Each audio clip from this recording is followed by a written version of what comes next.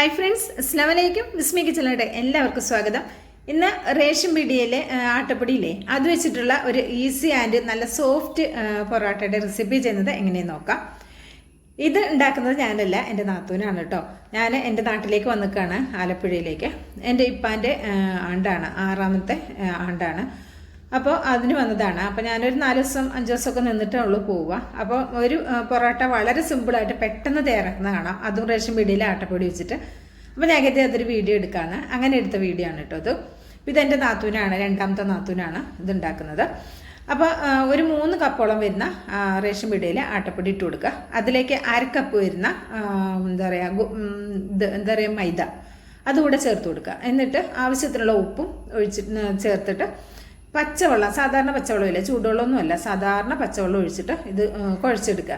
കുഴക്കുമ്പോൾ ഇത് നമ്മൾ ഒരുപാട് നേരം ഇട്ട് കുഴക്കേണ്ട ആവശ്യമില്ല. കുറച്ച് നേരം കുഴച്ചിട്ട് ഒരു 10-15 മിനിറ്റ് മാത്രം റെസ്റ്റ് ചെയ്യാൻ വെച്ചാൽ മതി കേട്ടോ. അപ്പോൾ ഇത് വളരെ സിമ്പിളായിട്ട് തയ്യാറാക്കാം. എനിക്കിത് ഇങ്ങനെ സിമ്പിളായിട്ട് തയ്യാറാക്കി എടുക്കുന്നുണ്ട്. അപ്പോൾ എനിക്കൊരു ആഗ്രഹം തോന്നി ഇത് നമുക്ക് വീഡിയോ ആക്കി ഇടാമെന്ന്, അങ്ങനെ എടുത്തതാണ് കേട്ടോ.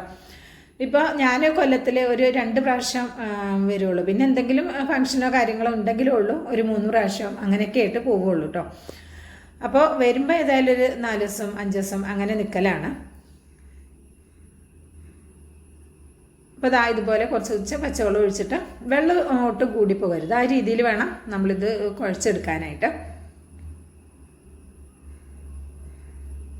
ഒരു പൊറോട്ട ഉണ്ടാക്കുന്ന സമയത്ത് വളരെ സിമ്പിളായിട്ട് പെട്ടെന്ന് റെഡിയാക്കി എടുക്കുന്നതാണ്. അപ്പോൾ എനിക്കതൊരു ഭയങ്കര ഒരു എന്താ പറയുക, ഒരു കൗതുകം, ഒരു സന്തോഷമൊക്കെ തോന്നി കേട്ടോ. അപ്പോൾ ഞാനതൊരു വീഡിയോ ആക്കി. അപ്പോൾ എൻ്റെ കൂട്ടുകാർക്ക് ഞാനിത് ഷെയർ ചെയ്യുന്നത് കേട്ടോ.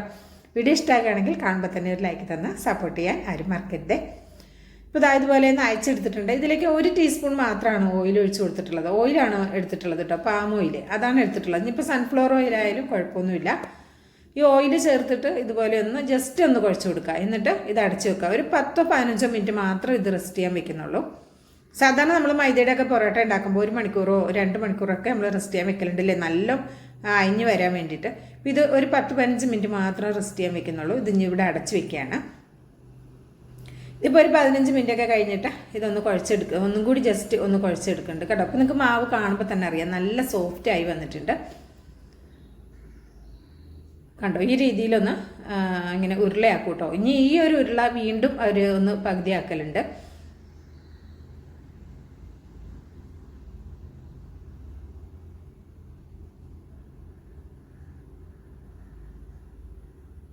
ഇത് കൗണ്ടർ ടോപ്പിൽ തന്നെ ഇട്ടിട്ടാണ് കേട്ടോ പരത്തിയെടുക്കുന്നത്. ഒരുപാട് വലിയ പൊറോട്ടയല്ല, ചെറിയ പൊറോട്ടയാണ് കേട്ടോ.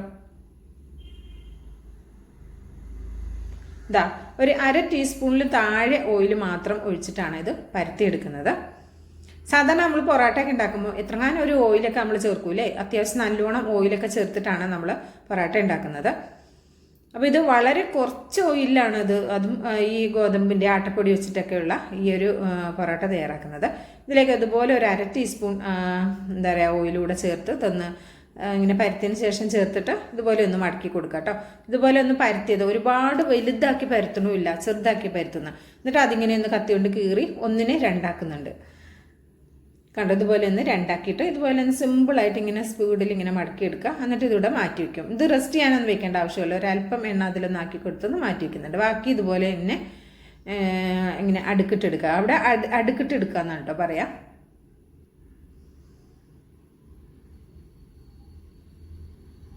ഇതുപോലെ ഒന്ന് നീളത്തിൽ അല്പം ഓയിൽ ഒഴിച്ചിട്ട് ഒന്ന് നീളത്തിൽ കട്ടാക്കി എടുക്കുക.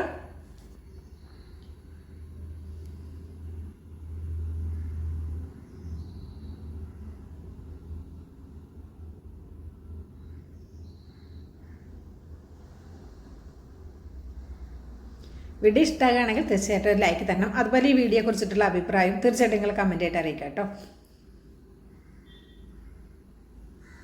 ഇനി ഇത് പരത്തിയെടുക്കുന്നത് എങ്ങനെയെന്ന് നോക്കാം. ഒരല്പം എണ്ണയിൽ കൗണ്ടർ ടോപ്പിലാക്കി കൊടുത്തിട്ടുണ്ട് കേട്ടോ, ഒട്ടിപ്പിടിക്കാതിരിക്കാൻ. എന്നിട്ട് ഇതുപോലെ ഒന്ന് പരത്തിയെടുക്കുക. പരത്തിയെടുക്കുന്നതും അത്യാവശ്യം നല്ല നൈസാക്കി തന്നെയാണ് പരത്തിയെടുത്തിട്ടുള്ളത്. ഇതുപോലെ ഒരു ചട്ടി ചൂടാവുന്ന സമയത്ത് ഇതിലേക്ക് ഇതിങ്ങനെ ഇട്ട് കൊടുക്കുക.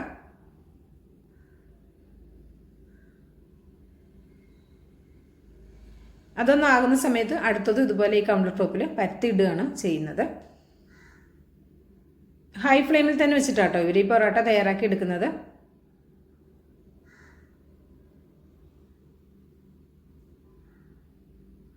ഒരു ഭാഗം ആകുമ്പോൾ ഒന്ന് മറിച്ചിടുക. എന്നിട്ട് ആ 2 ഭാഗം ആകുന്ന സമയത്ത് ഒരല്പം ഓയിലൊന്ന് ആക്കി കൊടുക്കുക കേട്ടോ. 2 ഭാഗത്തും കുറച്ച് ഓയിലാക്കി കൊടുക്കുക.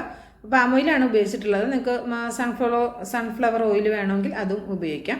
വെളിച്ചെണ്ണ അത്ര ടേസ്റ്റ് ഉണ്ടാവില്ല ഇതിങ്ങനെ പൊറോട്ട ഉണ്ടാക്കുന്ന സമയത്ത്.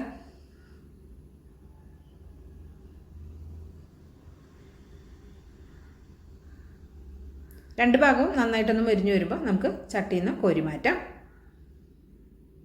ഇതിവിടെ ഒരെണ്ണം ആയിട്ടുണ്ട്. അടുത്തത് അപ്പോൾ ആ പരത്തി വെച്ചിരുന്നത് അതുപോലെ ഇട്ട് കൊടുക്കാം. ഇനി ഒരു 2 3 ഒക്കെ ആയിട്ടാണ് ഒരുമിച്ചിട്ട് ഇങ്ങനെ അടിച്ചെടുക്കുന്നത് കേട്ടോ. അവിടെ തട്ടിയെടുക്കുക എന്നാണ് പറയുന്നത്. അപ്പോൾ ഇത് 3 ആയിട്ടുണ്ട്. അതിങ്ങനെ ഒന്ന് അടിച്ചെടുക്കുന്നുണ്ട് കേട്ടോ. നല്ല സോഫ്റ്റ് ആയിട്ടുള്ള നല്ല ലെയറൊക്കെ തെളിഞ്ഞിട്ടുള്ള നല്ല സൂപ്പർ അടിപൊളി പൊറോട്ട ഇവിടെ റെഡി ആയിട്ടുണ്ട്. കണ്ടോ, ഇതൊക്കെ കാണുമ്പോൾ തന്നെ അറിയാം നന്നായിട്ട് ലെയറൊക്കെ തെളിഞ്ഞു വന്നിട്ടുണ്ട്. കണ്ടോ, നന്നായിട്ട് ലെയറൊക്കെ തെളിഞ്ഞ് റെഡിയായി വന്നിട്ടുണ്ട്. ഇതുപോലെ നമുക്ക് മുഴുവനും റെഡിയാക്കി എടുക്കാം. അപ്പോൾ അതെ, എൻ്റെ താത്ത മുഴുവൻ പൊറോട്ട ഇവിടെ റെഡിയാക്കി എടുത്തിട്ടുണ്ട്. ഞങ്ങൾക്ക് കാണിച്ചു തരാം. നല്ല സോഫ്റ്റാണ് ഇത്. നമുക്കിങ്ങനെ ഇതിങ്ങനെ നുള്ളി എടുക്കുമ്പോൾ തന്നെ അറിയാൻ പറ്റും നല്ല സോഫ്റ്റാണ്. ഇങ്ങനെ പെട്ടെന്ന് തന്നെ ഇങ്ങനെ പൊട്ടിപ്പോയിരുന്നുണ്ട്.